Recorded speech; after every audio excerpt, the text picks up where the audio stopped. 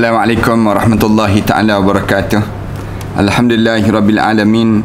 Wassalatu wassalamu ala asyrafil anbiya'i wal mursalin wa ala alihi wa sahbihi ajma'in. Subhanaka la ilma lana illa ma 'allamtana innaka antal alimul hakim. Rabbi shrah li sadri wa yassir li amri wahlul 'uqdatam min lisani yafqahu qawli. Rabbi yassir wa la tu'assir wa tammim bil khair, amma ba'd. Para penonton dan sahabat-sahabat yang dikasihi sekalian, alhamdulillah kita syukur pada Allah. Sekali lagi pada pagi yang baik ini kita diberi peluang oleh Allah untuk kita meneruskan perbincangan kita dalam ayat yang ke-33 daripada surah Al-Ahzab, daripada kitab yang kita tuan-tuan miliki ini, kehebatan surah Al-Ahzab. Dan kita masih lagi dalam membicarakan tentang mengenai bagaimana kitanya diajar supaya menjadi seorang ataupun menjadi contoh-contoh kepada orang lain dalam hidup kita ini. Antaranya ialah yang disebut dengan isteri yang salihah dalam hidup kita. Tak adalah contoh yang paling baik dalam hidup kita ialah contoh isteri Nabi sallallahu alaihi wasallam yang dididik oleh Allah melalui Al-Quran Karim, dalam surah, dalam ayat-ayat dan juga dalam surah-surah pilihan tertentu. Antaranya 3 surah inilah yang kita diajar supaya kita faham. Bagi orang perempuan ada 3 surah untuk mereka belajar sebelum daripada mereka menghadap di hadapan Allah. Itu yang pertama surah An-Nisa, yang kedua surah An-Nur, dan yang ketiga surah Al-Ahzab. Alhamdulillah kita masih lagi dalam pada tafsiran pada surah Al-Ahzab ini. Tuan-tuan boleh dapatkan kitab inilah yang telah kita huraikan dalam kitab ini, hebatnya surah Al-Ahzab. Dalam kitab ini kita cerita tentang mengenai sampai pada ayat yang ke-33. Ayat yang ke-33 ini di mana kita sampai pada ayat yang waqarna fi buyutikunna. Berdasar pada ayat yang ke-33 ni insya-Allah. Sebagaimana biasa, sebelum daripada kita teruskan pada huraian ini, mari kita baca terlebih dahulu. Mudah-mudahan daripada bacaan yang kita baca ini memberi kepada diri kita yang disebut dengan pahala-pahala daripada keberkatan daripada ayat yang kita baca ini insya-Allah. Kita baca dahulu tuan-tuan, boleh buka pada ayat yang ke-33 dalam surah Al-Ahzab. Tuan-tuan boleh tengok ayat tersebut. Tuan-tuan berada kat rumah, ibu-ibu dan kakak-kakak yang berada kat rumah, adik-adik yang berada kat rumah ni, bolehlah baca bersama. Mudah-mudahan kita dapat pahala daripada bacaan yang kita baca ni. A'udzubillahi minasyaitanirrajim. Bismillahirrahmanirrahim. Waqarna fi buyutikunna wa la tabarrajna tabarrujal jahiliyatil ula. وأقمنا الصلاة وآتينا الزكاة وأطعنا الله ورسوله إنما يريد الله ليذهب عنكم الرجس أهل البيت ويطهركم تطهيرا واذكرن ما يتلى في بيوتكن من آيات الله والحكمة إن الله كان لطيفا خبيرا إن المسلمين والمسلمات والمؤمنين والمؤمنات والقانتين والقانتات والصادقين والصادقات والصابرين والصابرات والخاشئين والخاشعات والمتصدقين والمتصدقات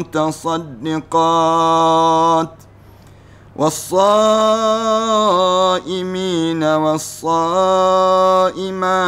والحافظين فروجهم والحافظات والذاكرين الله كثيرا والذاكرين الله كثيرا والذاكرات a'addallahu lahum maghfiratan wa ajran 'azima. Sadaqallahul azim. Ayat yang kita baca ni 3 ayat kita baca ni, walaupun 3 ayat tapi kita tak tahu kita sempat ke tak sempat nak habiskan 3 ayat ni. Tapi walau mana sekalipun ayat yang kita baca pada ayat yang ke-33 ni, Allah Subhanahu Wa Taala ajar pada diri kitanya, bila kita menjadi seorang perempuan ataupun siapa-siapa yang jadi isteri orang, di antara perkara yang kamu kena ingat sangat dalam hidup kamu ni ayat ni. Ayat apa dia? Waqarna fi buyutikunna. Hendaklah kamu tinggal tetap diam dalam rumah kamu ni. Kamu hendaklah waqarna fi buyutikunna. Kamu hendaklah kamu kuarantinkan diri kamu dalam rumah kamu. Jangan kamu keluar wahai orang perempuan. Wala tabarrajna tabarrujal jahiliyatil ula. Dan jangan sekali-kali kamu ni berperangai, berhias sebagaimana orang-orang yang jahiliyah di peringkat awal-awal dahulu. Zaman-zaman di awal-awal dahulu, jangan. Wa aqimnas salah, hendaklah kamu dirikan sembahyang. Wa atinaz zakah, bila kamu duduk kat rumah kamu tu, kamu tunaikanlah zakat. Wa ati'nallaha wa rasulah, dan kamu taatlah Allah dan juga Rasul dalam hidup kamu. Kerana apa dia? Sesungguhnya Allah ini, innama yuridullahu liyuzhiba ankumur rijs. Sesungguhnya Allah perintahkan kamu dengan semua itu hanyalah kerana hendak menghapuskan perkara-perkara yang mencemarkan diri kamu. Ahlal bait, wahai ahlil bait, wa yutahhirukum tathira, dan hendaklah kamunya bersihkan diri kamu sebersih-bersihnya daripada perkara yang keji. Tuan-tuan, para hadirin sekalian, ayat yang kita baca ni sambungan kepada cerita tentang mengenai ya nisa'an nabi. Ayat yang ke-70 lagi sampai ayat 31, 32. Ayat 32 tu Allah Subhanahu Wa Taala sebut lagi ya nisa'an nabi, wahai isteri nabi. Kesan daripada mana? Kesan daripada Allah Subhanahu Wa Taala, dia ajar sebelum daripada ni isteri nabi ni minta kepada Rasulullah sallallahu alaihi wasallam, minta pada nabi ni untuk ditambahkan allowance bulanan ataupun ditambahkan di sudut income pada mereka tersebut. Janganlah income ataupun pendapatan yang diberi ni sikit, jangan. Tetapi Allah ajar pada nabi ni, bila nampak isteri kamu dah mula tamak kepada harta benda dunia, kamu bagi tahu pada isteri kamu tersebut. Kamu panggil elok-elok isteri kamu ni, kemudian kamu bagi benda yang dia nak. Lepas pada kamu bagi benda yang dia nak tersebut, kamu cerai isteri kamu tu. Wa usarrihunna sarahan jamila. Lepas tu kamu cerai seorang-seorang. Ini berlaku pada isteri Nabi. Dan Allah Subhanahu Wa Taala ajar, beginilah perangai orang perempuan. Minta maaf kita nak sebut demikian. Perangai orang perempuan ni, dia kadang-kadang dia jadi keliru hidup dia. Dia jadi keliru sama ada dia nak akhirat ke dia nak kepada dunia. Lalu Allah Subhanahu Wa Taala sebut, kalau mereka in kuntunna turidnal hayatad dunya wa zinataha, kalau mereka nak kepada dunia dan perhiasan dunia. Orang perempuan ni Allah jadikan pada mereka ni tak sama dengan Allah jadikan pada orang lelaki. Cara berfikir. Sebab tu kita ulang banyak kali, Allah jadikan orang perempuan ni sama ada fizikal dia pun tak sama, sudut kekuatan dia pun tak sama, kemudian daya fikir dia pun tak sama dengan orang lelaki. Allah jadikan pada orang perempuan ni, daya fikir dia tu, dia fikir untuk yang ringkas. Dia tak fikir cara yang jauh. Dia fikir yang dekat-dekat saja. Waktu Allah jadikan orang lelaki ni, ar-rijalu qawwamuna 'alan nisa. Orang lelaki ni pemimpin pada orang perempuan. Kuasa orang lelaki itu beza dengan kuasa orang perempuan. Kudrat orang lelaki tak sama dengan kudrat orang perempuan. Kalau ada orang yang puak-puak feminis, dia panggil. Puak-puak yang perempuan-perempuan yang minta persamaan hak dengan lelaki. Kita sebut ada dia, orang perempuan dia ada hak dia, orang lelaki ada hak dia. Dia tak boleh jadi sama. Orang perempuan dia kata, kalau orang lelaki boleh driver kapal terbang, kami orang perempuan pun nak driver kapal terbang. Kalau orang lelaki boleh angkat tong gas, kami orang perempuan pun boleh angkat tong gas. Ini cara mereka fikir demikian. Kami nak biar jadi persamaan hak. Tak, Allah tak jadikan demikian. Allah jadikan Orang perempuan dia boleh mengandung, orang lelaki tak boleh mengandung. Itu senang. Kenapa Allah jadikan beza-beza begitu? Kita kata, kenapa jadi macam tu Ustaz? Kenapa orang perempuan ni Allah tak jadikan pada dia ni sama dengan orang lelaki? Orang lelaki ni ada juga yang perempuan dapat, orang perempuan dapat juga yang lelaki. Jawabnya, kerana Allah nak suruh hidup kita ni saling kuat menguat di antara satu sama lain. Kuat menguat. Orang perempuan menguatkan orang lelaki di bidang dia. Manakala orang lelaki menguatkan orang perempuan dalam bidang dia. Orang lelaki dia ada kekuatan dia tersendiri. Yang angkat tong gas ni orang lelaki. Orang perempuan tak boleh angkatlah tong gas. Nanti bila angkat tong gas patah tulang belakang kalian. Allah jadikan orang lelaki ni kuat dia tu beza dengan kuatnya orang perempuan. Tapi orang perempuan dia ada kuat dia pula. Kuat bahagian apa dia? Bahagian yang disebut dengan kekuatan cara dia dalam dia menyusun rumah tangga, kekuatan yang Allah bagi pada dia dalam sudut seni-seni kehidupan, dengan tujuan apa dia? Saling melengkap di antara satu sama lain. Itu cara Allah jadikan. Sebab tu kita ni di antara syarat orang nak berumah tangga, dia mesti sekufu dipanggil. Sekufu ni di antara dalam mazhab Maliki lah. Mazhab Syafi'i kita ni dia bincang panjang tentang perkara demikian. Tapi nak sebutnya sekufu ni mainkan peranan dalam rumah tangga. Kerana apa dia? Kerana dia saling kuat menguat di antara satu sama lain. Suami dan isteri. Isteri dan juga suami. Ini dia di kalangan orang lelaki dan orang perempuan ni dia saling lengkap melengkap. Tiba-tiba ada orang perempuan ni dia menggunakan cara dia berfikir tu melampaui daripada keadaan yang sepatutnya. Apa yang melampau? Dia memikirkan tentang dunia. Dia tak fikir tentang akhirat dalam hidup dia. Dia datanglah perasaan nak cantik, nak lawa, nak tunjuk diri dia, cantik diri dia. Dia ada perasaan pada diri dia demikian. Nak kepada yang tu, nak pada ni. Yang ni perlu dikawal. Kawal apa dia? Agama datang kawal. Supaya kamu nak cantik boleh. Cantik kamu ni untuk siapa? Untuk suami kamu, untuk anak-anak kamu. Itu cukup ada di kamu. Kamu nak cantik boleh. Kamu nak apa dia? Kamu nak kepada barang-barang perhiasan ni boleh. Tapi dalam lingkungan kudrat dan kemampuan suami kamu. Itu cara dalam Islam diajar dalam hidup ini. Lalu bila berlaku begitu, ada yang dalam kekeluargaan Rasulullah sallallahu alaihi wasallam pun berlaku. Sayyidatina Aisyah, Hafsah radhiyallahu anhuma ni, mereka minta dengan Rasulullah, ya Rasulullah, kami ni dah jadi isteri presiden negara, isteri Rasulullah, hebatlah. Patutnya kami ni handbag kami tak samalah dengan handbag orang. Patutnya pakaian kami tak samalah dengan pakaian orang. Segala benda kami ni mesti lebih sikit daripada orang. Patutnya demikian. Kami nak pada hebat sikit daripada orang. Rasulullah termenung. Rasulullah sallallahu alaihi wasallam termenung, turun ayat Quran. Ajar Rasulullah, ya Rasulullah, kamu panggil isteri kamu tu, kalau mereka nak kepada dunia dan isteri kamu, bagilah benda yang dia nak. Lepas pada kamu bagi, benda apa yang berlaku? Wa usarrihunna sarahan jamila. Kamu cerai isteri kamu seorang-seorang. Lepas pada sebut. Itu cara Allah ajar. Lepas pada tu, bila sebut saja begitu, panggil isteri Rasulullah. Bila panggil isteri Rasulullah ni, mereka jawab. Mereka sebenarnya mereka bukan nak pada dunia.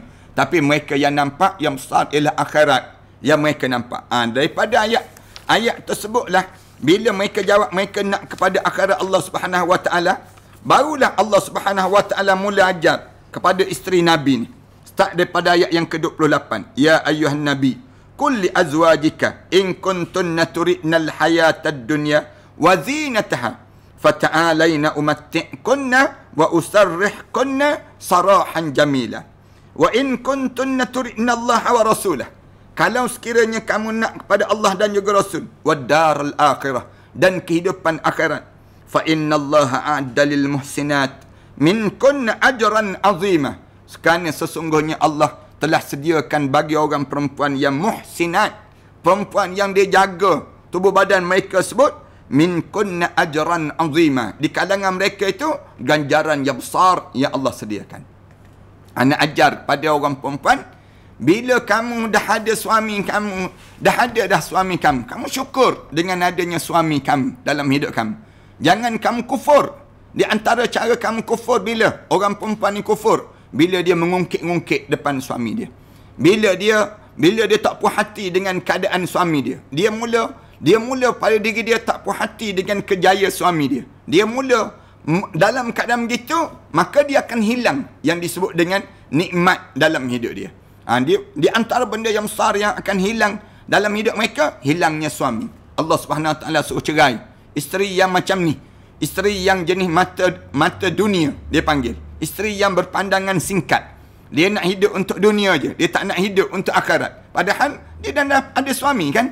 Patutnya dia ada suami. Dia syukurlah. Orang lain puas mandi bunga, tak ada suami.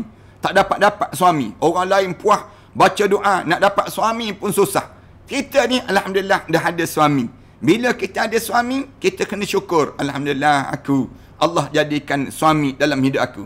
Terima qada dan qadar Allah ini. Takdir ni jangan kita ni mengungkit-ungkit. Jangan duduk seorang-seorang kita fikir, kenapalah aku terkahwin dengan mamat ni, misal contohnya. Kenapalah aku ternikah dengan seorang ni. Maknanya kamu ni tak puas hati dengan apa yang Allah telah takdirkan dalam hidup kamu. Jangan begitulah dalam hidup kamu. Kenapalah kita tak kahwin dengan pelakon tu? Kenapalah kita tak kahwin dengan selebriti tu? Kenapa kita tak kahwin dengan anak raja-raja tersebut dan sebagainya? Kenapa kita mula jadi demikian? Ni maknanya kamu ni tak syukur terhadap apa yang Allah telah kurniakan pada kamu. Syukur. Tengok muka suami kita, syukur. Alhamdulillah aku dah ada suami dalam hidup. Hodoh-hodoh suami kita pun suami aku. Kita sebut demikian. Macam mana pun perangai dia, suami aku. Yang aku kena bawa sampai ke akhirat Allah. Yang ni mesti kita jadi demikian. Bila kita kahwin tu, kita jangan fikir tentang hidup untuk dunia lagi.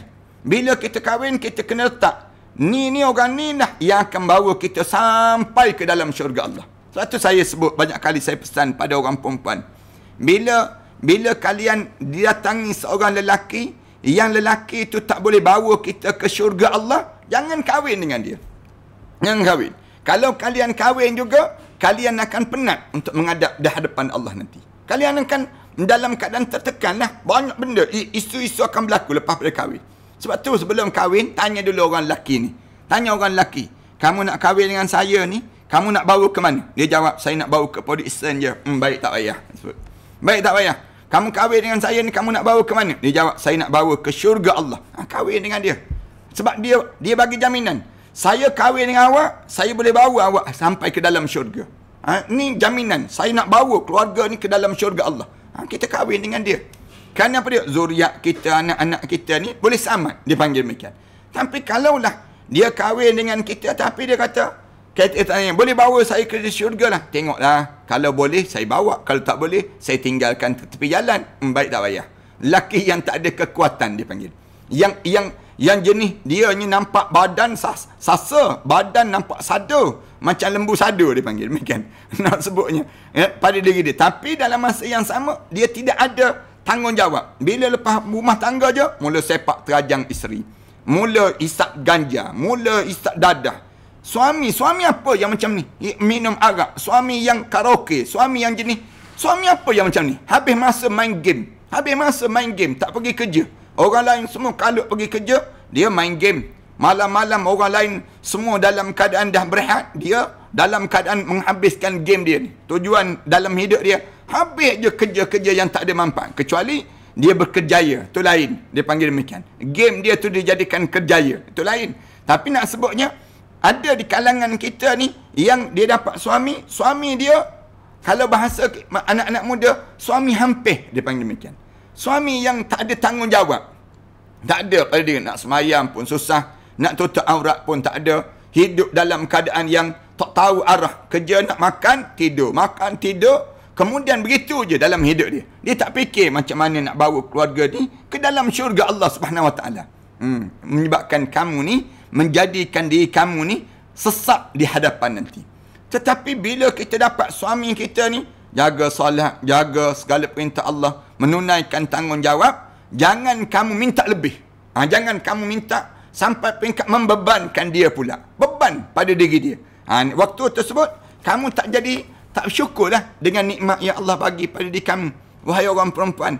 Lalu dalam keadaan sebegitu, kamu kena rasa syukur. Alhamdulillah, dalam hidup aku ni ada juga pasangan hidup. Aku ni ada orang yang sanggup menjadi suami aku. Aku ni ada orang yang ya dalam hidup dia sanggup jaga perintah Allah Subhanahu Wa Taala, jaga keluarga ini. Sanggup bawa diri aku ni sampai ke dalam syurga Allah. Yang ni untung dipanggil. Lalu Allah Subhanahu Wa Taala mula ajar pada isteri Nabi. Wahai isteri Nabi, ya ayuhan Nabi. Lepas pada tersebut Allah Subhanahu Wa Taala mula ajar, ya nisa'an Nabi, man ya'ti minkum bifahishatin. Wahai isteri Nabi, siapa di kalangan kamu yang mula buat perangai hodoh, perangai buruk di kalangan kamu, yudha'af lahal azabi di'fain, budi'fain, kamu akan digandakan 2 kali ganda azab kalau sekiranya kamu buat benda yang tak baik. Demikian kalau wa man yaqnut minkunna lillahi wa rasulih, siapa di kalangan kamu yang menjaga Allah dan juga Rasul, wa ta'mal salihan nu'tiha ajraha marratain. Tapi kalau kamu ni buat benda yang baik, kami gandakan 2 kali ganda untuk diri kamu. Wa a'tadna laha rizqan karima, dan kami telah sediakan pada kamu nikmat-nikmat, rezeki-rezeki yang banyak. Itu cara Allah jadikan orang perempuan. Kalau kamu jadi isteri pemimpin, kamu kena ada ciri-ciri kepimpinan untuk dijadikan contoh pada orang. Kalau kamu buat jahat, 2 kali ganda jahat kamu tu Allah akan balas pada diri kamu. Isteri Nabi begitu. Dia ajar. Kerana kamu ni pemimpin. Bila kamu pemimpin, suami kamu tu pemimpin, kamu buat jahat, 2 kali ganda jahat tu ke atas diri kamu. Kalau kamu buat benda yang baik, 2 kali ganda kebaikan itu dapat pada kamu. Ini kena ingat. Mana-mana orang yang jadi isteri ustaz, mana-mana orang yang menjadi isteri pemimpin, ayat ni dia kena ingat betul-betul. Kerana dia mewakili suami dia ni mewakili Rasulullah sallallahu alaihi wasallam. Menjadi wakil Rasulullah. Bila menjadi wakil Rasulullah, kalau dia tunjuk benda yang baik, orang lain ikut, dia pun dapat manfaat. Tapi kalau sekiranya dia buat benda yang jahat, orang lain ikut, 2 kali ganda azab yang Allah sediakan untuk mereka tersebut. Kemudian Allah pesan lagi. Ayat yang ke-32 Allah sambung lagi. Ya nisa'an Nabi. Wahai isteri Nabi, lastunna ka'ahadim minan nisa' in ittaqaitunna. Kamu tak sama dengan perempuan-perempuan yang lain. Kalau sekiranya perempuan yang lain, ini taqaitunna, kalau sekiranya kamu ni bertakwa pada Allah. Di antara pribadi kamu yang kena adanya, fala takhda'na bil qaul. Kamu jadi isteri kepada pemimpin ni, kamu jangan lentuk-lentukkan suara kamu tu kepada orang lelaki lain. Jangan. Nanti akan berpenyakit hati orang lelaki lain yang bila dengar suara kamu ni lentuk-lentuk, menyebabkan orang lelaki lain ni akan tergoda dengan kamu pula. Padahal kamu isteri pemimpin. Kamu dah jadi orang yang diikuti. Kamu takhda'na bil qaul. Kamu pula main-main suara-suara kamu tadi. Allah Subhanahu Wa Taala sebut dalam ayat sebelum daripada ni. Hari ni Allah pesan lagi. Wa qarna fi buyutikunna. Hendaklah kamu duduk di rumah-rumah kamu. Allah Subhanahu Wa Taala pesan pada orang perempuan. Sebab timbul daripada sini ayat ni, mana lebih baik, orang perempuan ni berkerjaya ke orang perempuan ni duduk kat rumah? Ayat ni sebut orang perempuan lebih baik duduk kat rumah daripada berkerjaya. Orang perempuan, asal orang perempuan, bila dia jadi isteri orang, benda yang apa yang perlu dilakukan dalam hidup dia? Wa qarna fi buyutikunna. Hendaklah kamu kekal dalam rumah kamu. Kamu duduk dalam rumah lah. Kecuali bila suami kamu kata tak mampu dah nak tanggung ni rumah kita, nak bayar sekian, dia pun sebut ada suami, bang, saya kerja boleh? Saya kerja, tolong abang. Suami kata kalau sampai kamu tidak tak terabai tanggungjawab rumah tangga, kamu boleh buat kerja. Suami dia sebut demikian. Tapi kalau terabai rumah tangga, kamu tak payah kerja lah. Katanya suami dia ajar demikian. Orang perempuan diajar supaya rumah tangga menjadi keutamaan. Jangan dia tak kerjaya jadi keutamaan. Allah Subhanahu Wa Taala ajar orang perempuan, sifat orang perempuan isteri yang solehah ni macam mana? Kamu jadikan rumah tangga kamu mesti jadi keutamaan. Bila bertembung di antara arahan bos di pejabat dengan arahan suami di rumah, maka kamu kena dahului yang mana? Wahai orang perempuan, kamu dahului suami kamu. Jangan kamu dahului yang disebut dengan bos kamu. Itu cara pada diri kita. Bila kamu duduk kat rumah, kamu mesti berhias lebih cantik daripada kamu berhias pergi ke pejabat. Jangan kamu berhias pergi pejabat, kamu berhias cantik-cantik. Bila duduk kat rumah, pakai baju kelawar je dia. Duduk kat rumahnya, dia dalam kat rumahnya, buat tak reti je terhadap kecantikan dia. Tak boleh. Jangan demikian. Bila nak keluar, cantik-cantik. Bila dalam rumah, hampir terus. Pakaian entah apa-apa dalam rumah. Yang menyebabkan suami dia ni tak pandang dah pada diri dia. Ini bahaya. Orang perempuan jangan jadi demikian. Orang perempuan, bila kalian dalam hidup kalian, bila keutamaan kalian apa dia? Waqarna fi buyutikunna. Kamu kena duduk di rumah kamu. Duduk di rumah kamu lebih baik. Dah kamu ada suami kan? Kamu ada anak-anak kan? Kamu ada yang disebut dengan dalam hidup kamu kekeluargaan kan? Kamu fokus pada rumah tangga kamu. Waqarna fi buyutikunna. Kalau suami dia sebut, abang rasa dah banyak sangat dah kita ni. Sampai berlebih-lebih dah. Anak-anak ni jadi keutamaan. Suami kata, ya, pastikan lepas pada ni, tak payah kerja lah duduk kat rumah. Abang yang tanggung, abang yang sara semua. Semua tanggungjawab rumah tangga ni, tanggungjawab suami. Bukan tanggungjawab isteri. Maka di waktu tersebut, isteri dia kena duduk kat rumah. Jangan sibuk lagi nak bekerja dalam hidup dia. Ni waqarna fi buyutikunna. Menjagalah demikian. Cuma kita ni, kalaulah kita kerja juga. Ada di kalangan kita kata, Ustaz, saya bekerja. Jadi macam mana Ustaz? Saya ni, tolonglah kita bagi tahu pada suami kita, had-had dan batasan-batasan kita berkerjaya. Saya kerja takat ni je bang, saya boleh buat macam ni. Mana kalau bos-bos pun kena faham lah. Kalau dia buat arahan pada isteri orang, dia suruh isteri orang ni buat begini-begini, dia kena tahu. Isteri tu jawab, tak boleh, suami saya tak benarkan. Dia tak boleh. Tak boleh, dia kata, awak buat pilihan lah. Sama ada awak nak kerja ke, awak nak ikut suami kamu. Dia sebut demikian. Jadi keliru. Ada orang perempuan dia kata, saya jaga kerja lagi daripada jaga suami. Dia sebut demikian. Akhirnya, dia langgar, dia lawan perintah suami. Dibandingkan dia jaga, yang disebut dengan, dibandingkan dia nak jaga hati, dia jaga hati bos, dia sanggup untuk menyakitkan hati suami dia. Dosa dia waktu tersebut. Jaga-jaga perkara demikian. Orang perempuan, di antara dosa kalian, kalau kerja, gitulah jadinya. Dia jadi keliru. Kemudian kita kena bagi tahu betul-betul. Manakala majikan-majikan, saya harap supaya kalian faham. Bila kalian ambil orang perempuan bekerja, dia isteri orang. Kalian kena ingat, dia walaupun kita tumpangkan sahaja dalam kerja kita ni, untuk dia tolong kerja-kerja kita ini, dengan dalam masa yang sama, yang besar dalam hidup dia bukan kita. Yang besar dalam hidup dia, suami dia. Menjadi keutamaan. Dibandingkan dengan yang disebut dengan orang lain. Wala tabarrajna tabarrujal jahiliyatil ula. Lepas pada itu, Allah Subhanahu Wa Taala sebut yang kedua, orang perempuan, wala tabarrajna. Jangan sekali-kali kamu berhias. Berhias dengan tabarrujal jahiliyatil ula. Berhias dengan perhiasan-perhiasan jahiliyah yang dahulu-dahulu. Orang jahiliyah dahulu-dahulu macam mana? Dalam hidup mereka sebut, buka semua. Buka semua ni, berhias.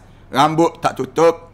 Kemudian dalam keadaan mata, kemudian dalam keadaan telinga, dalam keadaan muka, dihiasnya. Dihias dengan keadaan yang tabarrujal jahiliyah. Perangai orang yang jahiliyah. Disebut, alim ulama sebut, jahiliyah ni siapa? Jahiliyah zaman-zaman dahulu ke? Zaman kita ni pun ada juga zaman jahiliyah. Orang yang jahil, dia panggil. Orang yang dia tak tahu tentang agama. Kamu ikut cara dia berhias. Jangan. Kamu ada cara kamu berhias. Wahai orang muslimah Islam. Bila kalian nak berhias, kalian boleh berhias cara muslimah Islam.